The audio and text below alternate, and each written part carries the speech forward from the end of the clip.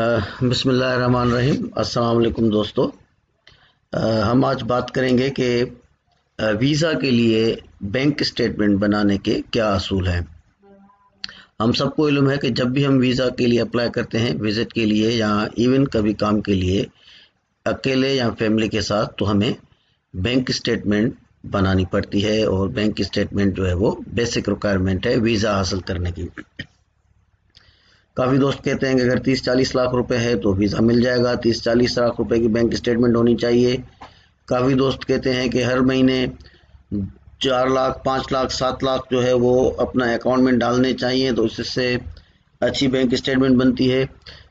ऐसा दरअसल नहीं है। अगर हम इवन लाख रुपया भी अपने अकाउंट में डालते हैं, 1.5 लाख भी डालते हैं तो काफ़ी है।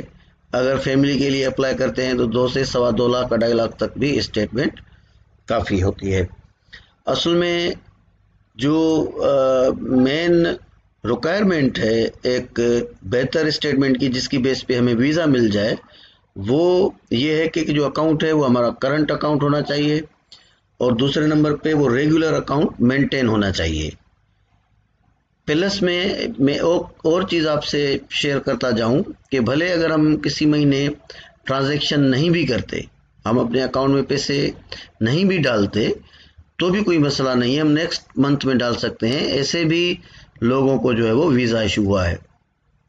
असल उसमें बुनियादी नुक्ता क्या है दोस्तों, वो ये है कि हम जो भी बैंक स्टेटमेंट बनाएं उसमें हम ये बात वाज़ेह कर सकें कि वो पैसे कहाँ से आ रहे हैं। ऐसे नहीं कि 4 लाख 5 लाख डालें और सपोर्ट में हमारे पास कोई डॉक्यूमेंट ना हो, सपोर्ट में कोई एविडेंस ना हो जिसकी बेस पे हम ये शो कर सकें कि हम कौन सा काम कर रहे हैं और जिसकी बेस पे हमें अर्निंग हो रही है। दूसरी बात ये दोस्तों कि जीनियन काम होना चाहिए, और ये सादा सी चीज़ें हैं, हमें इनको करना चाहिए, बजाय ये कि हम इधर उधर से पैसे लेके अकाउंट में डाल दें और हम कहें कि हमें वीज़ा मिल जाए। इससे कोई ख़ास फ़ायदा नहीं होगा। तो हमें साथ साथ में बैंक स्टेटमेंट के ये बताना है कि कौन से सोर्स से वो जो है अपना पैसा आ रहा है। जो हमारी बैंक स्टेटमेंट है वो ऐसे समझें कि हमारी एक फाइनेंशियल कंडीशन को शो करती है कि हम कितने मुस्तहकम हैं। वो एक तरह की ऐसे समझें कि फाइनेंशियल स्टोरी है। और जो वीज़ा ऑफिसर्स होते हैं वो काफ़ी नॉलेजेबल होते हैं, और वो थोड़ी ही देर में समझ जाते हैं कि ये जो स्टेटमेंट है वो जीनियन है या इधर उधर से पैसे डाल के बनाई गई है। तो दोस्तों मैं आपको ये तजवीज़ करूँगा कि आप जो है अपना पेपर वर्क स्ट्रांग रखें।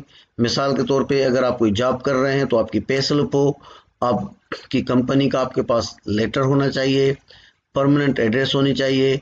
सेकेंडली, अगर आप वो स्टेटमेंट किसी बिजनेस पर्पस के हिस्से से बना रहे हैं या आप ये शो करना चाहते हैं कि आपको बिजनेस है, तो आपका नेशनल टैक्स नंबर होना चाहिए, आपका चैम्बर ऑफ कॉमर्स की मेंबरशिप होनी चाहिए, आपका अगेन बैंक अपना उस कंपनी का लेटर हेड होना चाहिए, स्टैंप होना चाहिए, और उसी कंपनी के नाम आपका अकाउंट होना चाहिए।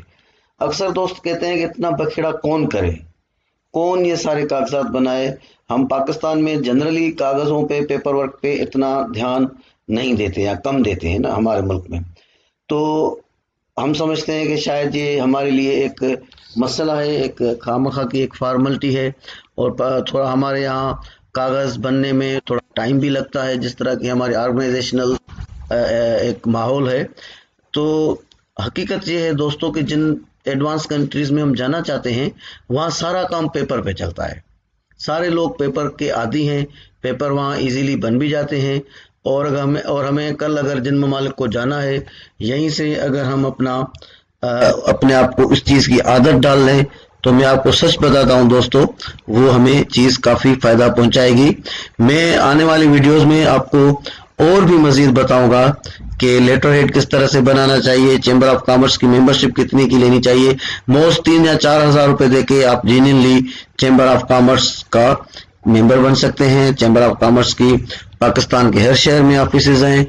कराची में है, अपना हैदराबाद में है, सखर में है, पेशावर में है, हर शहर में, इवन जो छोटा सा शहर है तकरीबन, वहां भी चैम्बर ऑफ कॉमर्स की ऑफिसेज हैं और इजीली मेंबरशिप बन जाती है। तो अगर हम प्रॉपर, आज की वीडियो का मकसद है कि अगर हम प्रॉपर अपने थोड़े बहुत कागजात बनाएंगे और हम प्रॉपर तरीके से बैंक में थोड़े बहुत पैसे डालेंगे जीनियन वे में, तो एक अच्छी और मुस्तकम बैंक स्टेटमेंट हमें मिल जाएगी। मैं आपको प्लस में ये एडवाइस भी दूंगा कि बजाय के दोस्तों के कहने पे कि भाई किसी को आपने कुछ पैसे दे दिए और उसने स्टेटमेंट निकाल के दे दी, या आपने बस कुछ, जहां बहुत ज्यादा कोई पैसा चाहिए फिर आपको वीजा मिलेगा, ऐसी कोई भी बात नहीं है। ये जो ममालिक हैं वो वीजा देना चाहते हैं, पर हमारे हजारों सिटीजन शहरी इन ममालिक को जाते हैं, घूम फिर के आते हैं, जॉब करते हैं, काम करते हैं। इस तरह की कोई भी बात नहीं है। सिर्फ ये है कि जो चीज हम पेश कर रहे हैं उसका एक वाज़ेह हमारे पास जो है वो ट्रैक होना चाहिए। इस वीडियो का मतलब ये है, मकसद के जो नौजवान अभी आगे जाना चाहते हैं मुख्तलिफ ममालिक में, तो वो बिल्कुल जा सकते हैं और वो आसान है।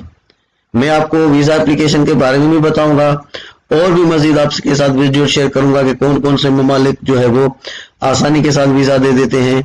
हम हमेशा सोचते हैं कि यूरोप या अमेरिका की तरफ जाया जाए, वहां का फॉर्मेलिटीज, पेपर वर्क काफी मुश्किल भी होता है, लेकिन और कई ऐसे ममालिक हैं जहां हम अच्छे तरीके से लीगल वे में जा सकते हैं, जॉब भी मिल सकती है और वो वीजा भी आसान है।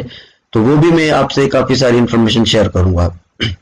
आपको अगर कुछ भी वीजा के हवाले से, बाहर जॉब के हवाले से मालूमात चाहिए तो आप मुझे कमेंट्स कर सकते हैं, चैनल को लाइक कर सकते हैं, ताकि आपको नई नई वीडियोस और इन्फॉर्मेशन जो है वो मिल सके। मैं आपको जॉब के हवाले से भी बताऊंगा कि किन ममालिक में आसानी के साथ जॉब मिल जाती है, रेजिडेंस परमिट मिल जाती है। तो आज की इस वीडियो का हासिल मकसद ये था कि बैंक स्टेटमेंट बनाना बहुत ही आसान है, किसी को कुछ भी कहने की जरूरत नहीं है। अगर हमारे पास 1.5-2 लाख हर महीने हमारे पास आते हैं तो हम उनको अकाउंट में डालें, फिर उनको निकालें, फिर डालें, और ये हम सिलसिला 5, 7, 8 महीने तक हम चलाएं। प्लस में हमें दोबारा भी वही बात आपसे शेयर करता हूं कि उसका कोई ना कोई हमारे पास वाज़ेह रूट होना चाहिए कि हम वो किस तरह से अपना, जैसे कहते हैं कौन से जराए से वो पैसे हमारे पास आते हैं। मेहरबानी दोस्तों, वीडियो पे कमेंट करना नहीं भूलिएगा। इंशाल्लाह जल्द